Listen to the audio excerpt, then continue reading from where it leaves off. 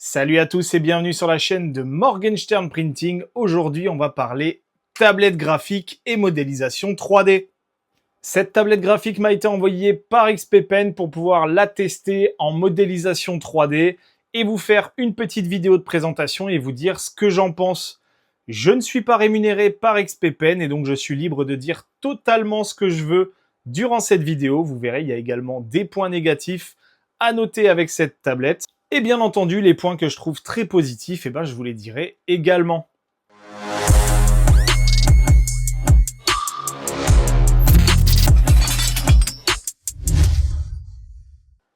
Si vous n'êtes pas encore abonné à la chaîne, je vous invite à le faire dès maintenant en cliquant sur le bouton d'abonnement et également à activer la petite cloche des notifications pour ne louper aucune des prochaines vidéos.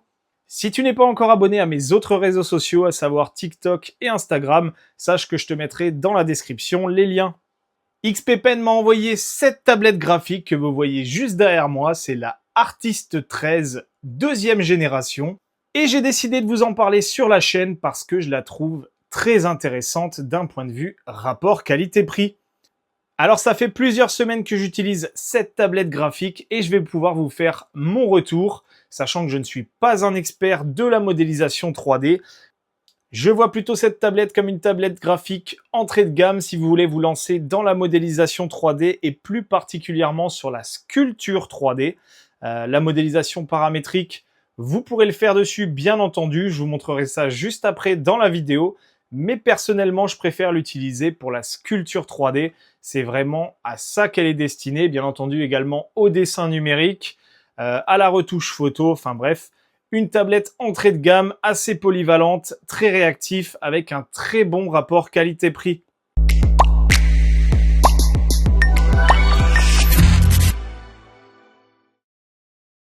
Comme son nom l'indique, Artist 13, c'est une tablette graphique avec un écran d'une diagonale de 13 pouces. Alors désolé si pendant la vidéo je vais garder le petit gant XP-Pen, c'est tout simplement pour éviter toutes les 2 secondes de l'enlever et de le remettre. Alors c'est un gant qui est fourni avec la tablette graphique et qui vous apporte tout simplement une meilleure fluidité de votre main sur la tablette, puisque la main nue, la paume nue, va tout simplement accrocher sur l'écran, donc vous allez saccader votre mouvement avec le stylet. Donc le fait de porter le gant fluidifie votre mouvement et vous évite tout simplement d'avoir des petits loupés que vous allez devoir reprendre par la suite. Que vous dire de cette tablette graphique? Comme je vous le disais, c'est une tablette graphique 13 pouces avec un écran Full HD. Vous allez avoir un écran couleur, bien entendu, comme sur la plupart des tablettes graphiques. Mais ce qui est intéressant, c'est tout simplement la qualité de l'écran de cette tablette. Alors déjà, il faut savoir que c'est une tablette graphique avec un écran mat, ce qui évite la plupart des reflets. Bien entendu, si vous mettez une source lumineuse avec le mauvais angle, je vais vous le montrer, hop, vous allez forcément avoir un reflet. Mais honnêtement, quand vous travaillez en face, vous n'avez quasiment aucun reflet. C'est vraiment très agréable de travailler dessus. Ce qui est intéressant également, c'est que vous avez potentiellement un angle de 170 degrés sur lequel vous pourrez continuer à regarder l'écran. Donc en fait, vous n'avez pas forcément besoin d'être en face de la tablette. Vous pouvez être en biais, vous allez continuer à voir ce qui est sur l'écran. Et donc ça aussi, c'est très agréable parce que des fois, vous n'êtes pas forcément face à la tablette. Vous l'avez de côté, vous avez votre écran en face. Et derrière, vous pouvez continuer à voir ce que vous faites. Le stylet qui est fourni avec la tablette graphique, c'est le nouveau stylet de chez XP-Pen avec une micro-puce qu'ils appellent X3 à un niveau de sensibilité de 8192 points de pression. Il y a une détection automatique de la tablette quand vous approchez à moins d'1 centimètre de la tablette. Donc vous n'avez pas forcément besoin d'être en contact avec la tablette pour que le stylet soit détecté. Donc ça vous permet de déplacer la souris sans pour autant déclencher d'action. En tout simplement soulevant votre stylet de la tablette, en vous déplaçant et ensuite en reposant le stylet là où vous voulez. L'avantage de la tablette graphique par rapport tout simplement à de la modélisation directement sur l'écran, c'est que vous travaillez directement sur un écran là où vous voulez modéliser, là où vous voulez sculpter, creuser, rajouter de la matière. Alors que c'est vrai qu'avec une souris, c'est beaucoup moins intuitif. Le déplacement de la souris est moins précis que justement un stylet qui se rapproche d'un mouvement de crayon. Donc là, c'est vrai que quand on fait une boucle, c'est la même boucle qu'on ferait avec un stylo. Alors que quand on le fait avec une souris, c'est toujours un peu bancal, un peu merdique. Voilà, donc là, la tablette graphique, c'est surtout cet intérêt-là en modélisation 3D, c'est que vous aurez de la fluidité, de la précision et surtout une certaine pertinence par rapport au mouvement que vous faites, contrairement à une souris. Vous avez deux boutons situés sur le stylet, juste ici. De base, le premier bouton sert à faire clic droit, mais sachez que les deux boutons peuvent être personnalisés totalement. C'est le cas également des 9 boutons qui sont présents sur le côté de la tablette. Vous pouvez intégralement les personnaliser. Vous pouvez mettre aussi bien du clic souris, tout simplement. Vous pouvez également mettre une touche clavier ou encore des raccourcis clavier multiples. Par exemple, Command Shift, etc. en fonction du logiciel que vous allez utiliser. Donc, ce qui est plutôt pas mal parce que en fonction des logiciels que vous allez utiliser, par exemple Photoshop, InDesign ou des logiciels de modélisation 3D, comme par exemple ZBrush ou Fusion 360, vous n'aurez pas besoin des mêmes raccourcis et vous allez tout simplement pouvoir personnaliser ces boutons de côté en fonction de l'utilisation que vous en faites, en plus des deux boutons du stylet. Voilà à quoi va ressembler l'interface de réglage de votre tablette Artist 13. Bien entendu, si vous êtes gaucher et que vous voulez les boutons de l'autre côté, vous pouvez tout simplement retourner l'écran. Il n'y a aucun problème, vous aurez les boutons à droite. De la même manière, si vous voulez utiliser la tablette en mode vertical, vous avez la possibilité de le faire avec les boutons soit en haut, soit en bas. Ça, c'est vous qui décidez. Donc, vous pourrez vraiment orienter la tablette comme bon vous semble en fonction de vos habitudes de travail. Pour rentrer dans l'interface de réglage du stylet, vous cliquez sur le deuxième bouton. Vous voyez bien que c'est une puce X3 et vous avez la possibilité de personnaliser les deux boutons du stylet à votre guise. Vous pouvez également régler la sensibilité du stylet pour le rendre plus ou moins sensible en fonction de votre volonté. Donc moi j'aime bien quand c'est un peu sensible mais pas trop. Je sais qu'il y en a qui aiment bien être vénère avec le stylet, donc le moindre petit trait va se voir. Moi personnellement sur la modélisation 3D, je préfère que derrière ça se déclenche uniquement quand je décide d'être un peu plus pressant, ce qui m'évite en fait d'avoir des retouches un petit peu à la mort moelleux. Mais voilà, sachez que vous pouvez également le régler sur l'application qui est fournie avec la tablette sur votre ordinateur. Pour régler la sensibilité, rien de plus simple, vous avez une petite molette ici que vous pouvez passer de droite à gauche pour augmenter ou diminuer la sensibilité. Vous pourrez aussi activer ou désactiver le mode souris. Personnellement, je vois pas trop l'intérêt puisque la souris est décalée par rapport au stylet. Donc bon, voilà, je sais pas pourquoi est-ce qu'ils ont mis ça. Et enfin, la dernière interface vous permet de régler les 9 boutons présents sur le côté. Donc vous pouvez tous les personnaliser individuellement.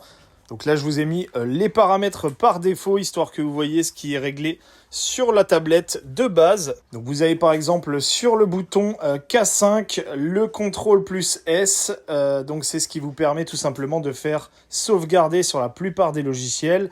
Le contrôle Z pour annuler sur le 6e bouton. Mais voilà, sachez que tous les boutons sont personnalisables. Je vais vous montrer comment ça marche. Donc vous sélectionnez la touche que vous voulez personnaliser et vous avez ce menu qui s'ouvre. Et derrière, vous allez pouvoir, par exemple ici, activer la gomme si vous êtes sur un logiciel de dessin lorsque vous allez appuyer sur le bouton tout en haut à gauche.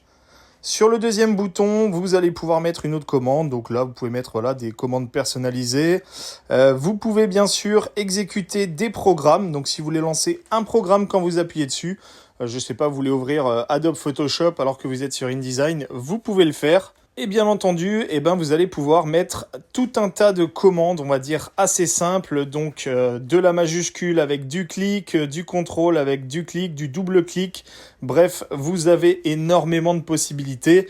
Et comme dit, vous avez 9 boutons à disposition, donc vous avez vraiment de quoi personnaliser vos commandes en fonction de l'utilisation que vous faites de vos logiciels. Si jamais vous voulez revenir en arrière, vous avez toujours la possibilité de cliquer sur ce bouton qui va remettre tous les paramètres par défaut. Le stylet est également fourni avec un certain nombre de mines de rechange. Alors la mine ne va pas s'user parce que vous écrivez avec. Elle va s'user tout simplement à force de passer sur l'écran. Donc voilà, vous avez la possibilité de la changer. Si je me souviens bien, je crois qu'il y en a une dizaine avec. Donc honnêtement, vous avez une durée de vie honnêtement quasi illimitée de cette tablette, à moins que vous soyez un gros bourrin et que vous frottiez vraiment votre écran comme un bourrin. Donc voilà, je trouve ça plutôt bien. Le stylet est très agréable en main, en très bonne forme. Le bouton est à la position du pouce, donc vous ne pourrez très difficilement l'utiliser avec l'index, hein. Le bouton est quand même assez loin de l'index, vous voyez. Là, je suis vraiment en retrait pour l'index pour choper le bouton. Alors qu'avec le pouce, vous avez bien les doigts qui sont sur la position avant et vous avez vraiment les deux boutons pour la position du pouce. Donc moi, je vous conseille plutôt d'utiliser le stylet avec le pouce plutôt qu'avec l'index ou le majeur. Mais voilà, si vous êtes plus à l'aise, faites-vous plaisir, utilisez le majeur ou l'index. Autre chose très intéressante avec cette tablette, c'est que vous n'avez qu'un seul câble de branchement, c'est un câble tout en un. Donc vous avez un USB-C qui est branché directement sur la tablette et qui ensuite va être branché à l'ordinateur. Donc en USB-A pour l'alimentation et en HDMI également pour tout simplement la sortie vidéo. Donc voilà, vous avez du coup un câble 3 en 1 qui est branché directement sur la tablette de côté.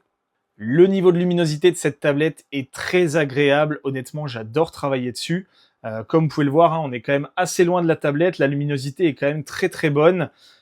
J'ai pas eu besoin de la régler particulièrement, mais sachez que vous pouvez également la régler. Sur le côté droit, vous avez le bouton d'allumage de la tablette et vous avez, comme je vous le disais auparavant, deux boutons qui vous permettent tout simplement d'augmenter ou de réduire la luminosité de la tablette graphique. Donc voilà, si vous avez peur que la sensibilité ne soit pas ou soit trop intense, vous pouvez la régler. De côté, vous avez le fameux câble 3 en 1 qui est juste ici. Si vous le souhaitez, vous avez également un deuxième port USB-C qui est situé juste au-dessus de celui-là. Vous pouvez brancher cette tablette de manière classique avec différents câbles. Les câbles sont fournis avec la tablette, donc c'est à vous de choisir. Personnellement, je vois pas pourquoi se priver d'un câble tout en un quand il est fourni avec et que la tablette fonctionne très bien avec. Bon, petite chose anecdotique, là moi j'ai la tablette en version noire, mais sachez qu'elle existe également en vert, en bleu et en rose de mémoire. Personnellement, j'aime bien les tablettes noires, hein, c'est passe-partout. Donc voilà, très content que XP-Pen m'ait envoyé la version noire et pas forcément la version verte. Je déteste cette couleur, voilà, si vous voulez le savoir. Ce que vous devez savoir, c'est qu'avant, je modélisais là-dessus, donc c'est une tablette graphique, mais sans écran. Donc ça fonctionne tout simplement comme un pad de souris, hein. Vous avez également un stylet et vous avez une zone de dessin hein, sur laquelle vous venez dessiner. Alors désolé, la mienne, elle a pris un petit peu la poussière depuis quelques semaines dans mon atelier. Mais voilà, sachez qu'avant, je faisais ma modélisation là-dessus. Alors, ce qui n'est pas forcément très agréable sur cette tablette, c'est que vous avez, alors ça se voit pas forcément, mais vous avez des petits points en relief. Et le problème, c'est que quand vous passez le stylet dessus, eh ben, il fait clac, clac, clac.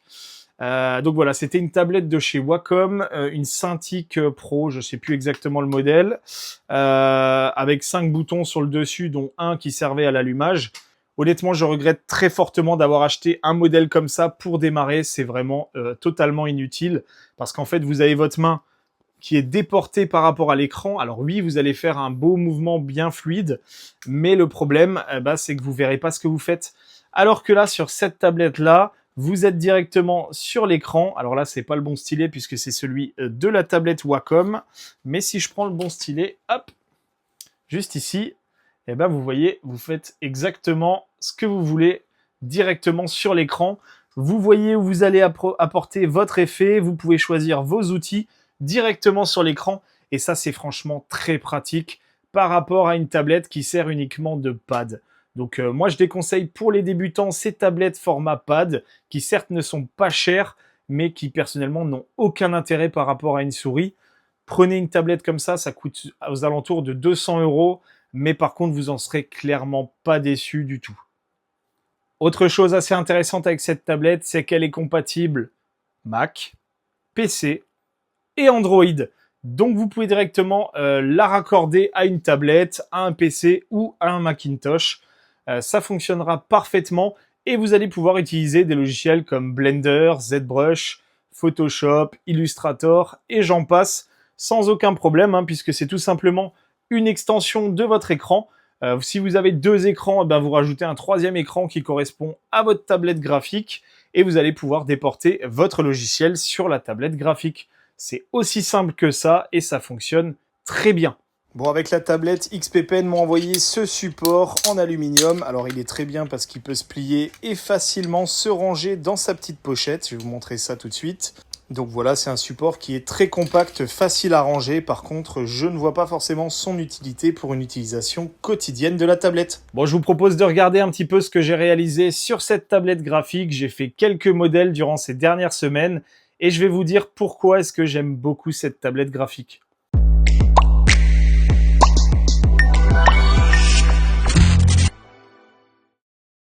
Au niveau de l'installation, je me suis installé sur un bras avec un support de tablette et voilà le premier modèle que j'avais fait sur cette XP Pen Artist 13.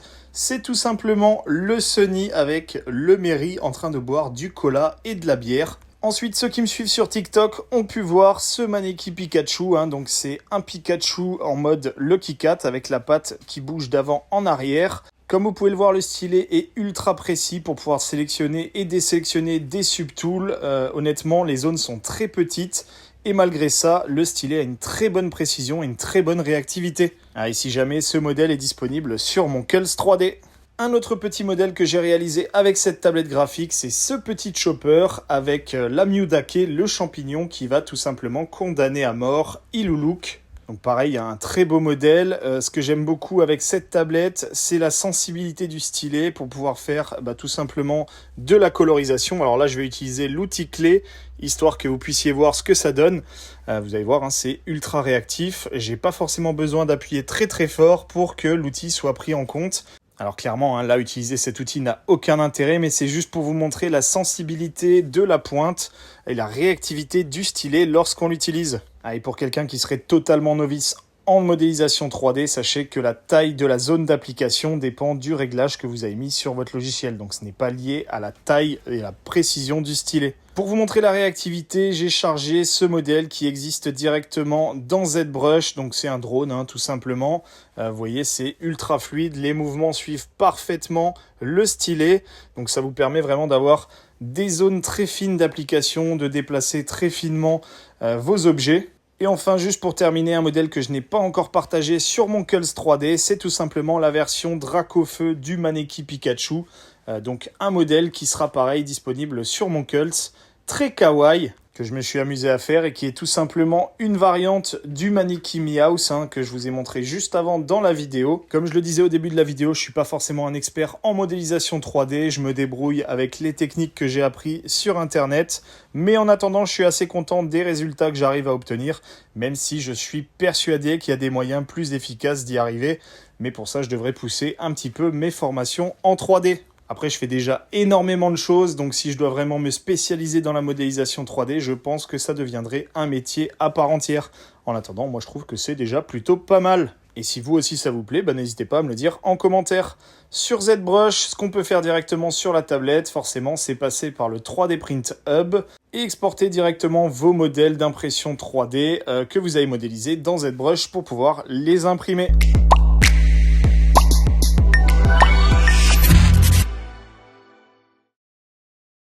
Pour conclure sur cette Artist 13 deuxième génération de chez XP Pen, c'est une tablette graphique avec un très bon rapport qualité-prix. Personnellement, j'ai aucun problème à vous la conseiller si vous voulez démarrer en modélisation 3D ou même pour tout simplement du dessin numérique. C'est une tablette qui fera très bien le taf.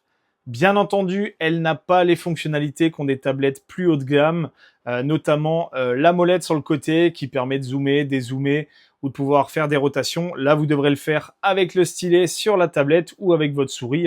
Vous pouvez utiliser à la fois le stylet et la souris dans l'autre main si vous êtes à l'aise avec les deux mains. Moi, ce que je regrette un petit peu, c'est que l'écran de 13 pouces peut être un peu limité, notamment avec ZBrush, puisque ZBrush a quand même beaucoup d'interfaces sur les côtés. Donc c'est vrai que l'écran 13 pouces est un peu limite pour faire du ZBrush.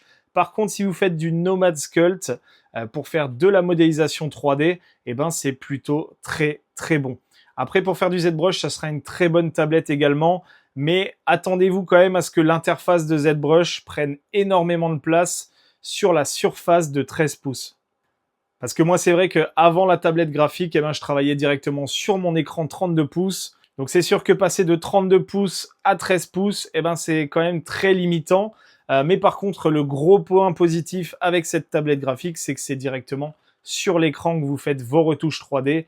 Et ça, c'est quand même beaucoup plus agréable que d'avoir tout simplement une tablette comme ça en déporté, qui fera le même job, hein, mais qui par contre sera beaucoup moins intuitif et beaucoup moins efficace qu'une tablette comme ça.